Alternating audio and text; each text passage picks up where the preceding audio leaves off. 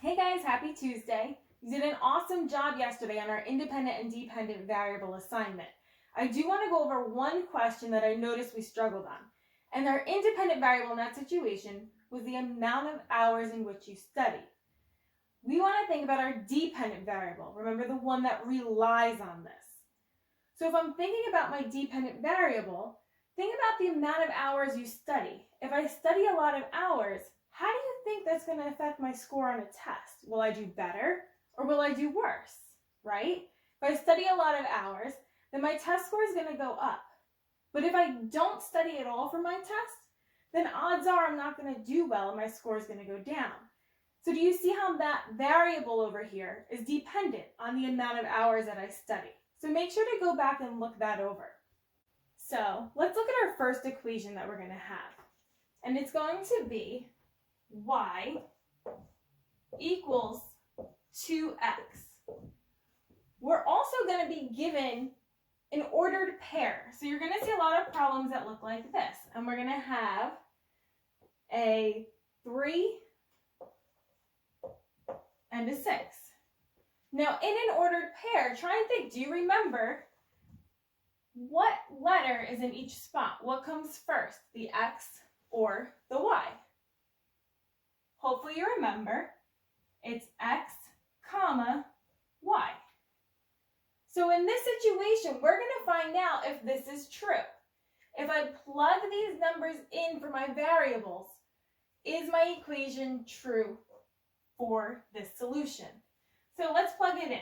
So I have my 3 for my x, so I'm going to have 2. Remember, a number next to a variable means to multiply.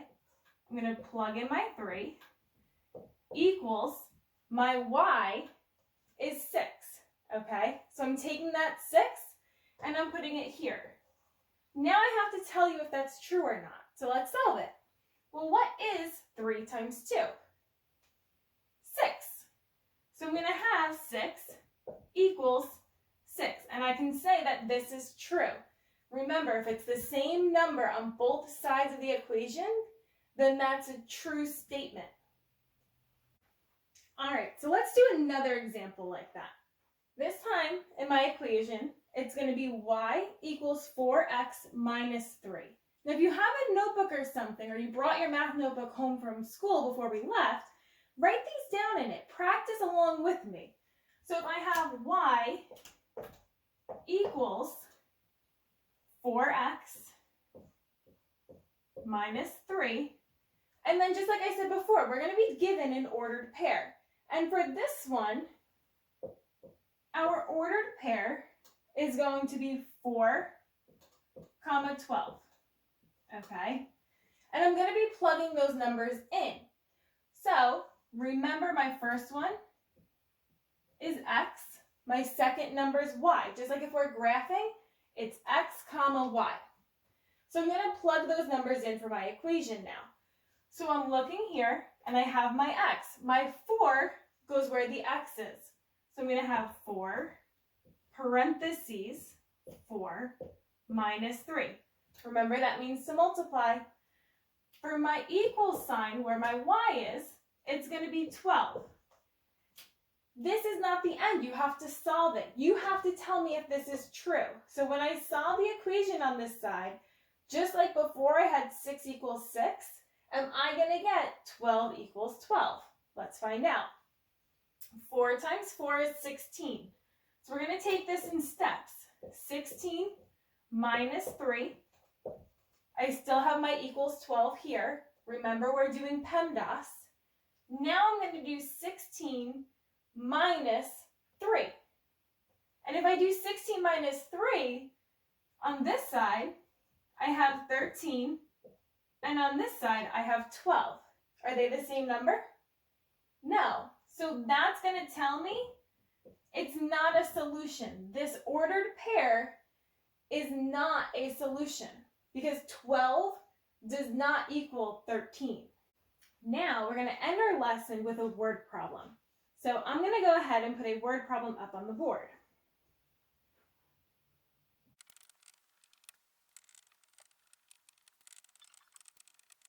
All right, So we have a cheese pizza that costs $5. Additional topping, so if you want anything on that pizza, each topping is going to be $1.50. That's for each topping you put on top of your pizza.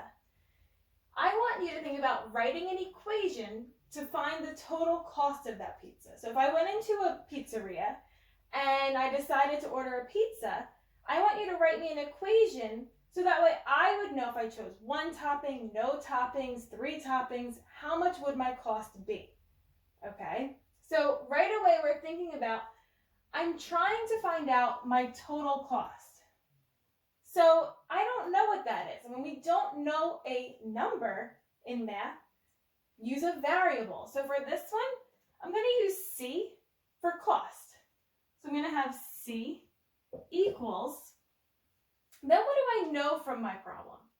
What's the very first thing it tells me?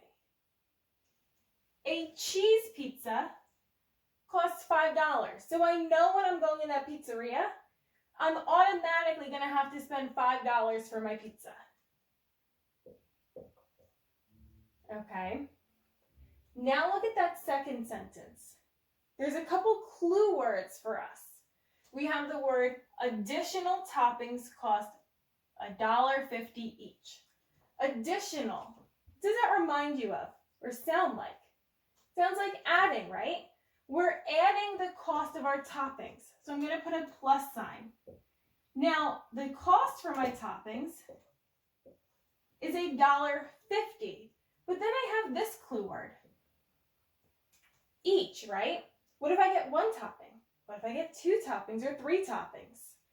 Each tells us to multiply. So I'm going to multiply that by the amount of toppings I choose. But just like I said before, I don't know how many toppings I'm going to choose, or my friend might choose.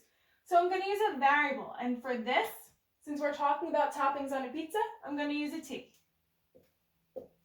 This right here would be our equation. So C equals 5 plus $1.50 times T. Now let's go ahead and solve it. So let's think about it. I want to think about which one is my independent and which one's my dependent variable. Let's start there. In this situation, what's independent? What do you have control over? You have control over how many toppings you have. So our T is my independent variable. And my cost is my dependent variable. Remember, I can choose how many toppings I have, and that choice is going to affect how much I have to pay when I order my pizza. So let's just pretend we're going to the pizzeria, and we order a pizza with 2 toppings, okay? So we're going to get 2 toppings on my pizza. And I want to know how much that costs. Well, let's substitute in and find out. So we have C equals 5 plus $1.50 times 2.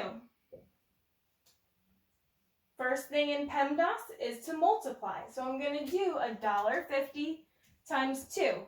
Remember, if you can't do this in your head, work on the side. So put $1.50 times 2. Remember, when we multiply decimals, we don't line them up, we scoop. So 2 times 0 is 2, 0.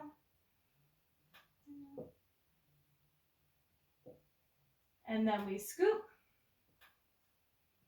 So I get my answer is 3. So it's going to cost me an additional $3 to have those 2 toppings on my pizza.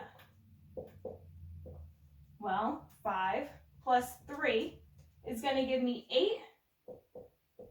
And now I know that my pizza is going to cost me $8. So today's assignment is going to be a Google Doc. Make sure to go through it. You're going to be solving equations like we did in the beginning with ordered pairs. And we're still going to be practicing identifying the independent variables and dependent variables. Also, make sure to check online. I know we have some Google Meet sessions today, so I hope to see you there.